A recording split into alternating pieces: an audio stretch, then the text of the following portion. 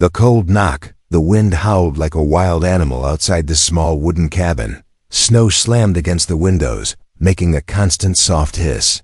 Daniel sat in his chair by the fire, holding a warm cup of tea. He liked nights like this, quiet, cut off from the rest of the world. The nearest town was miles away, and the storm made sure no one could visit tonight. Or so he thought. At first he barely heard it. A slow, weak knock on the front door. 3 soft taps, and then silence. He frowned, thinking maybe it was just the wind. But then it came again. 3 taps, slow and uneven, like someone was using the last of their strength to knock. Daniel stood, the wooden floor creaking under his boots. He grabbed the flashlight from the table and walked to the door. The cold air seemed to press against the walls, like it wanted to get in. "Who's out there?" he called, his voice a little shaky. No answer, only the storm. He hesitated. No one should be out in this weather. It was the kind of cold that could freeze a man solid in minutes. Still, something about the knock didn't feel right. It wasn't random, it was deliberate. He pulled the door open, just a little. The icy wind hit him like a wall, stealing his breath. Snow swirled in, blinding him for a second. Then he saw the figure. She stood in the storm, tall and thin, her whole body covered in frost.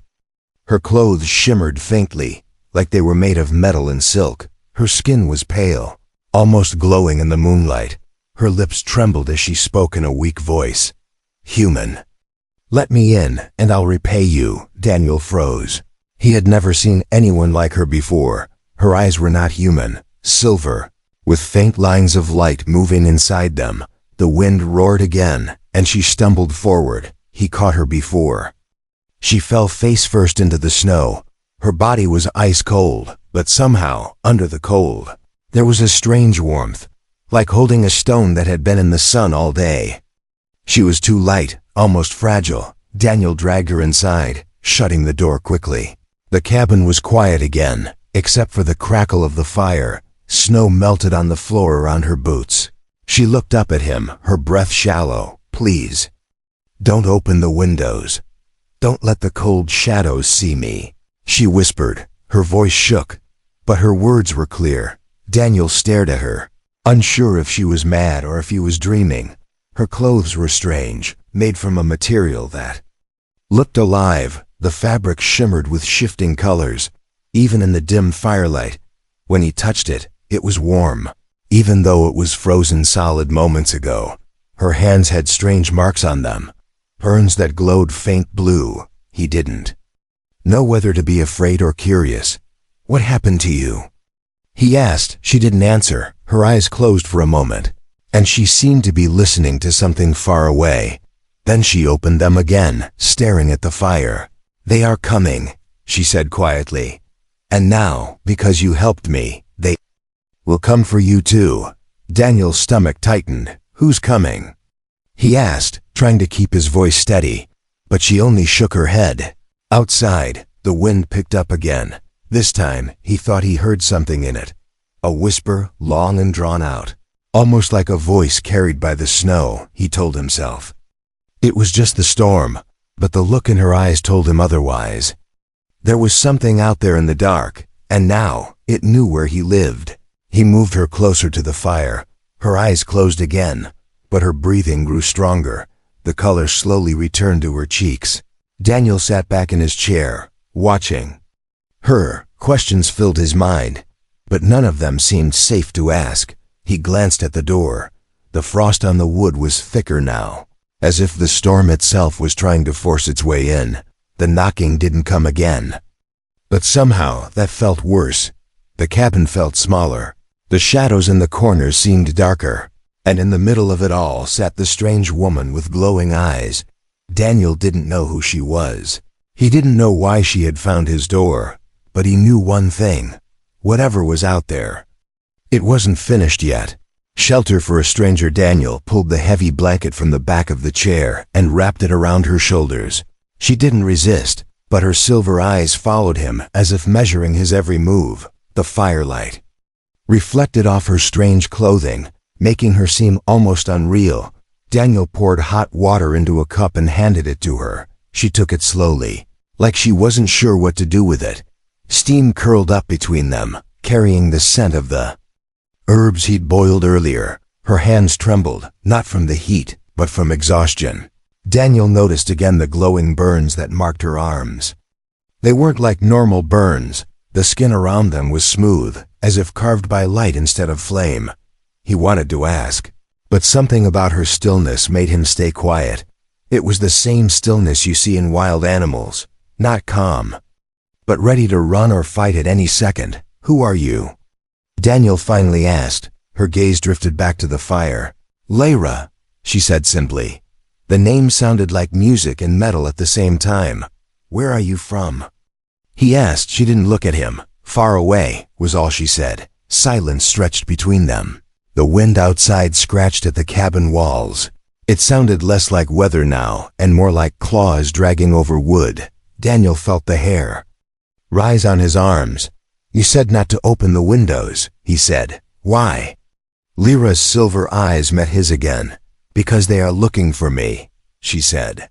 "And now they will be looking for you." Daniel tried to laugh, but it came out thin.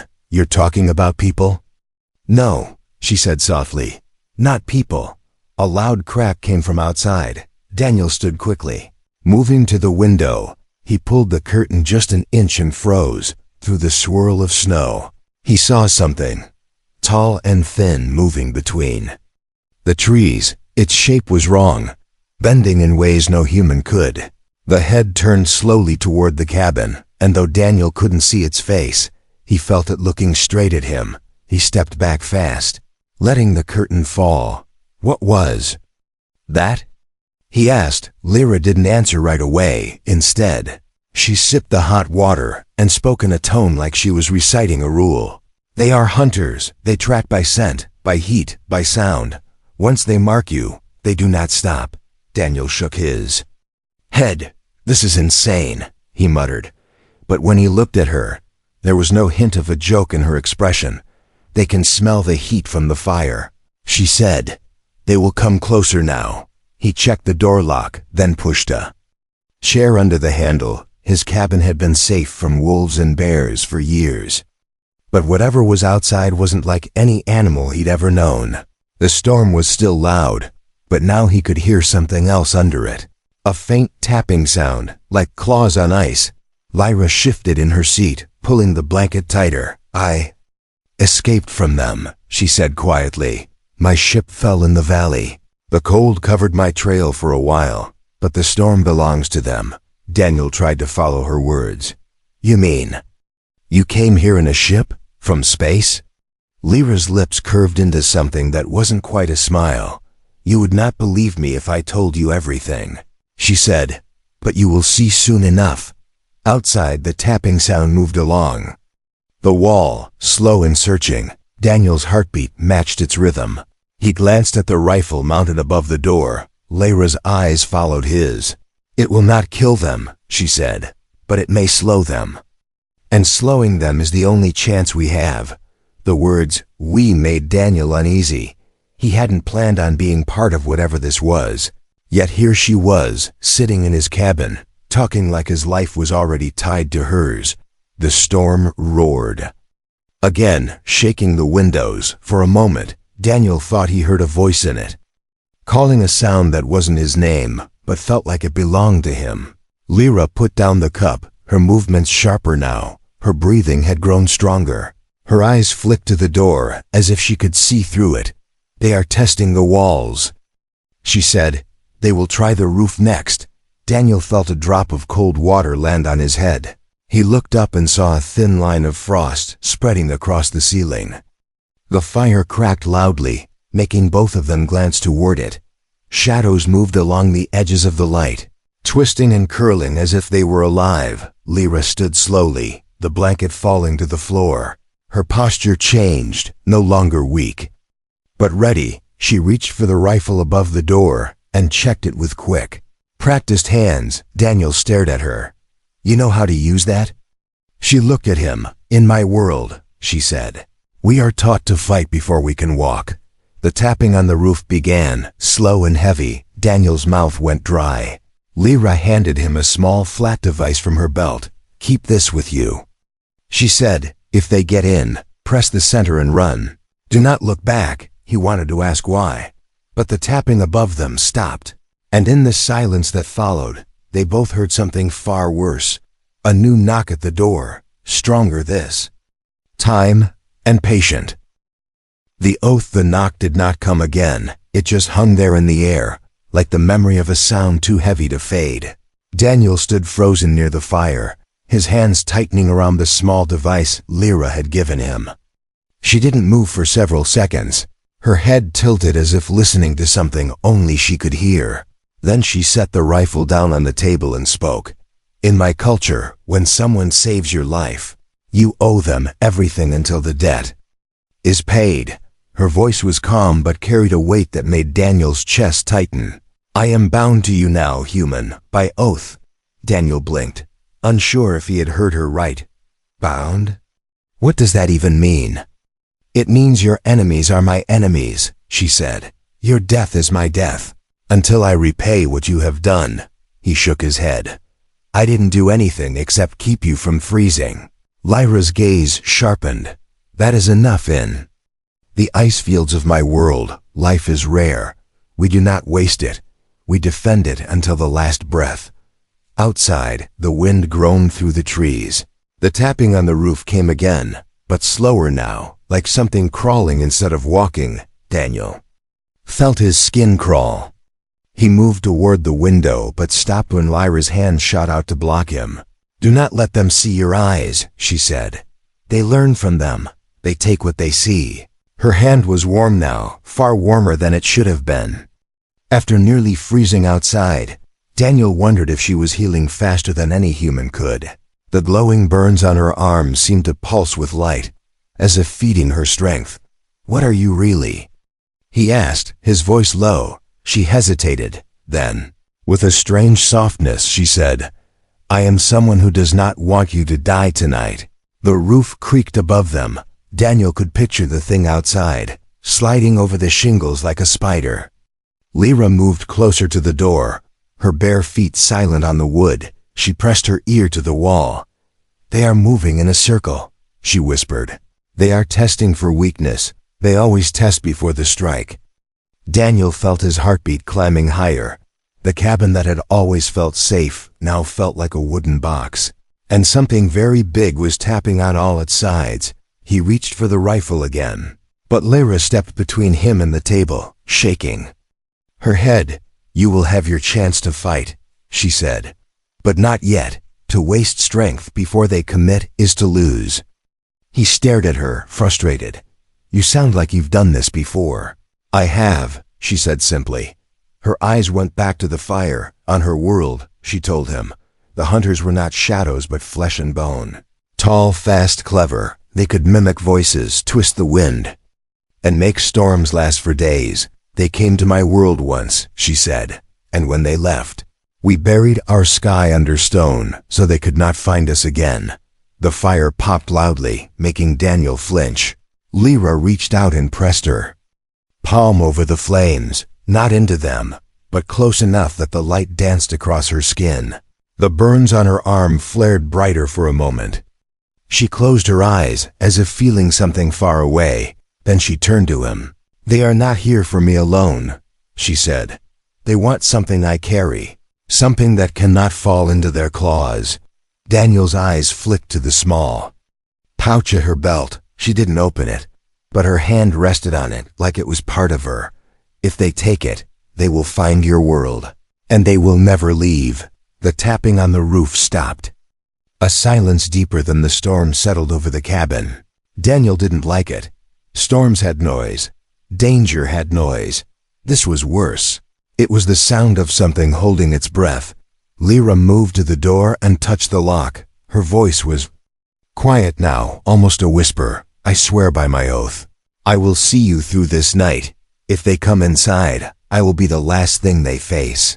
Daniel wanted to tell her not to be dramatic, but the look in her eyes stopped him. It wasn't drama, it was certainty. And it made him realize something. This woman had probably lived through worse nights than this, And if she was afraid now, he should be terrified, somewhere outside. In the thick white darkness, something screamed. It wasn't human, and it wasn't any animal Daniel had ever heard. The sound was long, sharp, and full of hunger. The cabin walls seemed to shiver under it. Lyra's eyes snapped toward the sound. "They have begun the hunt," she said. Her voice had no fear now, only focus. She picked up the rifle and tossed it to him. "Stay near me. From now until the sun rises, you are not alone." Daniel caught the weapon, the cold metal biting into his hands. The scream came again, closer this time, and for the first time that night, Daniel believed her oath might be the only reason he'd live to see the morning. Visitors in the storm outside thickened until the windows looked painted white. The firelight inside the cabin felt small now, like a candle in a cave. Daniel stood with the rifle in his hands, listening for the tapping on the roof. It didn't come back. Instead, there was a new sound, the crunch of snow under slow, heavy steps. Lyra was at the door, her ear close to the wood. "They're moving around us," she whispered. 2, maybe 3. Daniel's throat went dry. He moved toward the window, but she stopped him with a sharp shake of her head. "Do not let them see your face," she said. "They remember faces." Something brushed against the wall outside. Was too slow to be wind. Daniel's mind pictured a long arm, claws dragging across the wood. The sound moved along the side of the cabin. Lyra's silver eyes followed it. "They are mapping the structure," she said. "They want to know where it will break first." A low hum rolled through the air. It wasn't from the wind. It was too deep, too steady. Daniel felt it in his ribs. The hum grew louder, vibrating the windows. Then, without warning, it stopped. In the silence, something pressed against the glass from outside. Daniel didn't mean to look, but his eyes flicked toward it. For a heartbeat, he saw the outline of a hand, long fingers, each ending in a sharp curve. The palm was pressed flat, but the skin was wrong, too smooth, almost like black stone. The shape slid away into the white, leaving a smear of frost. Lyra moved fast, grabbing a thick wool blanket from the bed and throwing it over the window. "They do not like barriers they cannot see through," she said, "but it will not keep them out forever." The sound of footsteps came again, this time circling the cabin. Daniel could hear more than one set now. Some steps were slow, others quick and darting. The movement was too light for their size, like they weren't touching the ground completely. He gripped the rifle tighter. "How do we fight them?" he asked. Lyra's answer was blunt. "We don't. We survive until dawn." A heavy thud shook the back wall. Something had slammed into it hard enough to rattle the shelves. A metal pan clanged to the floor. Daniel spun toward the sound, but Lyra didn't move. "They are testing," she repeated. "Never rush toward the first strike. The second is always worse." Daniel's stomach churned. "Why are they even here? Just to hunt you?" Lyra's expression darkened. "They hunt anything worth keeping," she said. "And to them, everything is worth keeping, even you." Another sound came, different from the rest. A faint, rhythmic knock, not on the door, but high on the wall, near the chimney. Daniel realized it was coming from above the fire. He stared upward. The ceiling groaned, dust sifting down. Something was on the chimney itself. The knocking stopped, replaced by a scraping sound. It was working its way down. Lyra moved fast, pulling a small metal disc from her pouch and tossing it into the fire. The flames burst higher, flaring white for a moment, before settling. "They hate this light," she said. "It will buy us time." Daniel's ears caught another noise, voices faint and far away, carried by the wind. He strained to hear. It wasn't English, it wasn't anything he knew, but it had a strange rhythm, like chanting. Lyra's eyes narrowed. "They are calling for the others," she said. "Once they gather, they will attack together." Outside, the crunch of snow grew louder, faster. Shapes moved in the blizzard now, faint but real. Daniel saw them from the corner of his eye.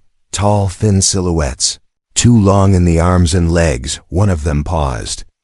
Turning toward the cabin, Daniel swore he saw its head tilt in curiosity. Then it vanished into the white again. Lyra picked up the rifle and handed it back to him. "When they come, aim for the joints. It will not kill them, but it will slow." "Them, and you?"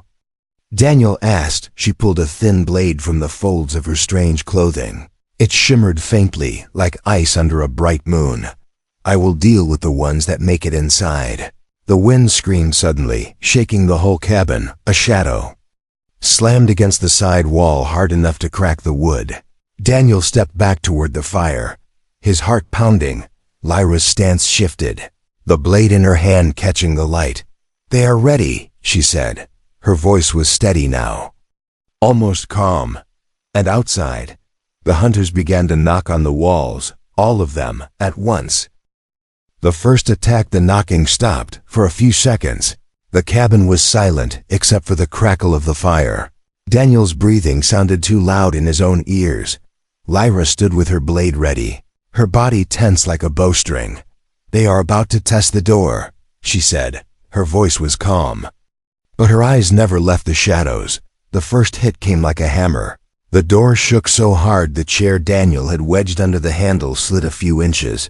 Dust rained down from the ceiling. The second hit came faster, splintering the wood near the lock. Daniel raised the rifle, the cold barrel pressing against his cheek. A third blow, heavier than the others, cracked the frame. Through the gap, Daniel saw black claws curl inward. They were longer than his fingers and ended in hooked points. One claw scraped along the metal lock, making a sharp, teeth-gritting sound. Daniel fired. The blast was deafening in the small cabin. The claw jerked back, and a hiss ripped through the air. It wasn't pain, it was fury. Outside, the snow exploded as something heavy moved fast around the cabin. Another hit came, this time from the wall behind them. The wood bent inward, but didn't break. Lyra's head snapped toward the sound. "They're trying different points at once," she said. "They want us to divide our focus." Daniel pumped the rifle, his hands trembling. Before he could ready another shot, the roof groaned above them. A shadow passed over the firelight. Something was on top of the cabin. Crawling slowly, Lyra stepped under it, eyes locked upward. "They're looking for the chimney," she said. "If they get through there, they'll drop straight into the center." A loud thud hit the door again. The frame cracked wider, and Daniel caught sight of an eye peering through the gap. It was black and glassy, but deep inside it, something moved, like liquid silver swirling under ice. The sight made his stomach twist. Without thinking, he fired again. The eye snapped shut, and the thing outside shrieked. This time, the sound was joined by others, answering from the storm. Lyra moved to the door, her blade in one hand. She pressed her palm against the wood, closing her eyes. For a moment, the glowing burns on her arms pulsed brighter. Then she stepped back. "They've marked this point," she said. "They'll hit it with all their strength next." Daniel swallowed hard. "How many of them?" "4, she said. Her voice was steady, but her grip on the blade tightened. "Enough to bring the wall down if they want to." The next hit was different. Not a slam, a coordinated push. The whole door bulged inward, the hinges screaming. Through the widening gap, Daniel saw shapes in the snow. Tall, thin figures with long arms that swayed unnaturally. One leaned forward, its head tilting until it almost touched the wood. Then it pushed its face through the gap. It wasn't a face. Daniel understood. Where a mouth should have been, there was only a row of small, clicking plates. The plates snapped open and shut, making a sound like teeth grinding. Its breath fogged the air, but the fog was black, curling like smoke. Daniel stumbled back, aiming the rifle again. Lyra stepped forward instead. She drove her blade through the gap in a single swift motion. The creature screamed, a sharp metallic sound. Its arm shot through the gap, claws raking across the wall. Daniel fired point blank into its shoulder. The impact threw it back into the snow, but before he could breathe, another shadow moved in its place. A second one, faster, shoved at the door, splintering it wider. Snow blew in through the opening.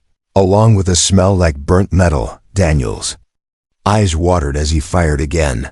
The blast tore into the creature's leg, slowing it. Lyra spun her blade in a tight arc, slicing across the gap. The creature pulled back, hissing, but its sound was cut short. Something heavier slammed against the roof. The ceiling cracked, and snow poured in. "They're breaching from above," Daniel shouted. Lyra didn't look surprised. "They always attack from more than one side," she said. She grabbed the edge of the table and shoved it toward the door. "Hold this, do not let them in here." She leapt onto the bed in one smooth motion. From there, she reached the rafters and climbed toward the crack in the roof. Daniel barely had time to react before a black limb punched through the ceiling. Claws spreading wide, Lyra met it mid-swing, her blade slicing deep into the joint. The limb jerked back, pulling a spray of glowing fluid with it. Outside, another scream echoed, this one longer, and full of rage. The pounding on the walls began again, harder than before. It was no longer testing, it was war. The truth in the firelight. The pounding faded, not because the hunters had given up, but because they were regrouping.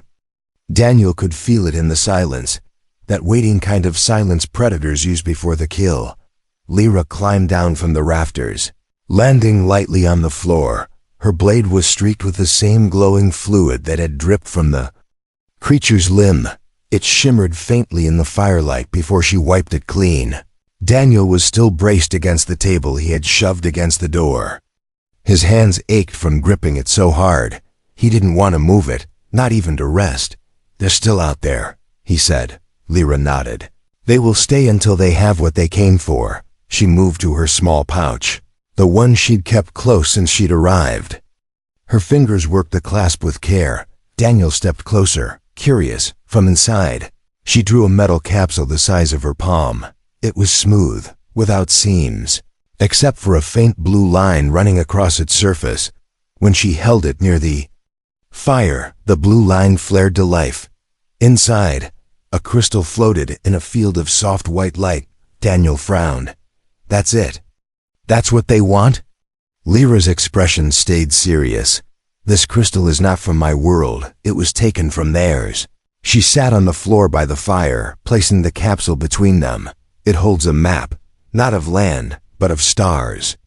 It contains the routes to every world the hunters have ever conquered." Daniel stared at it. "Why would you take it?" Her gaze lifted to his. "Because if they get it back, they will find your world, and they will not leave until it belongs to them." The wind howled against the cabin, as if to remind them it was still there. Daniel's thoughts churned. He wanted to ask why she cared about his world, but the answer was already in her eyes. "That's why you said you owed me," he muttered. Lyra nodded slowly. "My oath is to you, but my fight is for every place they have not yet reached." Daniel glanced toward the door. The frost was thicker now, curling in strange patterns. It didn't look random anymore. The shapes almost resembled claws and teeth. "They're marking us," Lyra said quietly. "It's their way of claiming a kill before they make it." A sharp thump came from the roof, then another from the back wall. The hunters were moving again. Lyra picked up the capsule and returned it to her pouch. "If they breach fully, they will not just kill us, they will search every inch of this place for the crystal." Her voice lowered. "And if they find it, your entire species will be hunted until it is gone." Daniel's throat tightened. "What's in it for you? Why risk your life for strangers?" Lyra's eyes softened for the first time that night. "Because once, someone risked their life for me, and I lived to see my home again." Her voice grew harder. "If I can stop them here, you might never have to know what it's like to lose everything."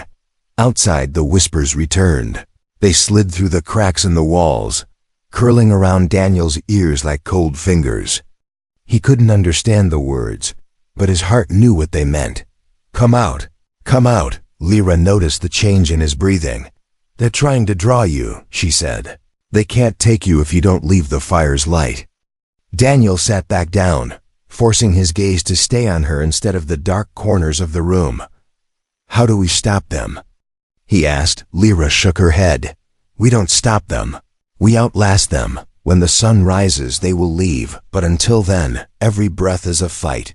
The fire popped, sending a shower of sparks upward. For a moment, the orange light filled the cabin with warmth, but in Daniel's mind, the warmth only made the cold outside seem sharper.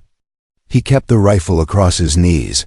Lyra sat with her blade resting on her shoulder, her eyes never leaving the walls. Somewhere deep in the storm, a horn-like sound rose. It wasn't loud, but it carried a weight that made Daniel's bones ache.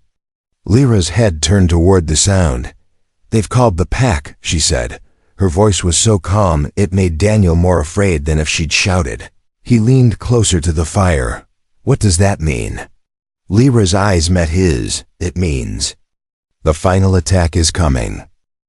The decision. The horn faded into the storm, but its echo seemed to linger in the walls. Daniel's fingers tightened around the rifle. Lyra rose to her feet, the blade still in her hand. Her silver eyes reflected the firelight like a mirror. They'll be here soon, she said. All of them. The wind slammed against the cabin, shaking it hard enough to rattle the shelves. Snow sifted down from the ceiling. The hunters weren't testing anymore. They were gathering. Daniel's chest felt tight. We just have to hold out until sunrise, right? He asked. Lyra's eyes didn't leave the door. There is another way, she said. But it is not safe. He swallowed hard. Not safe? Nothing about tonight has been safe. Her gaze finally turned to him. My ship is not far from here, she said. If we can reach it, I can take you beyond their reach, but we would have to move now. Before the pack surrounds us completely. Daniel glanced toward the windows. The storm outside was a wall of white. Shapes moved in it. Tall, thin, shifting like shadows in water. You're saying we go out there? Through them? Lyra stepped closer, lowering her voice. If we stay, they will break through, and when they do, we will not be enough to stop them. The fire popped, and for a moment her face was lit in gold. Daniel could see the faint tremor in her hand.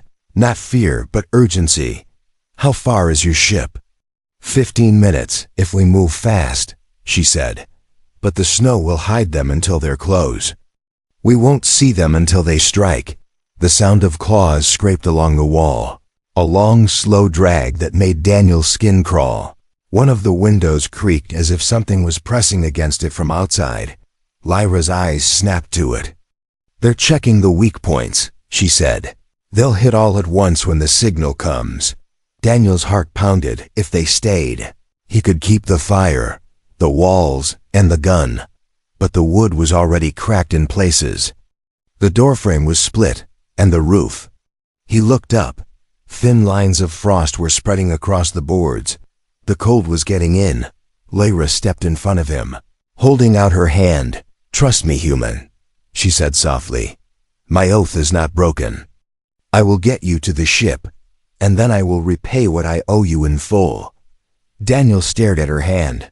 Outside, the wind screamed again, but under it he heard another sound, the faint, rhythmic thump of many feet moving in unison. The pack was closing in. If they waited, the cabin would be surrounded. If they ran, the blizzard would blind them. The choice dug into him like a blade. Stay and be trapped, or go and risk the snow. He thought of the strange crystal, the swirling map of stars. If the hunters got it, they wouldn't just take this cabin. They'd take everything. Every city, every person, every sky. The thump of feet grew louder. The first claws scraped at the door. Lyra's hand stayed outstretched, her silver eyes locked on his. Decide, she whispered. Now, Daniel took a breath so deep it hurt. The door shuddered under a massive blow. Snow burst through the cracks, curling across the floor. He gripped the rifle in one hand, and with the other, he took hers. Lyra's fingers closed around his. Strong and warm, her voice was barely louder than the fire. Then we move, she said. Outside, the hunters screamed, not in hunger, but in triumph.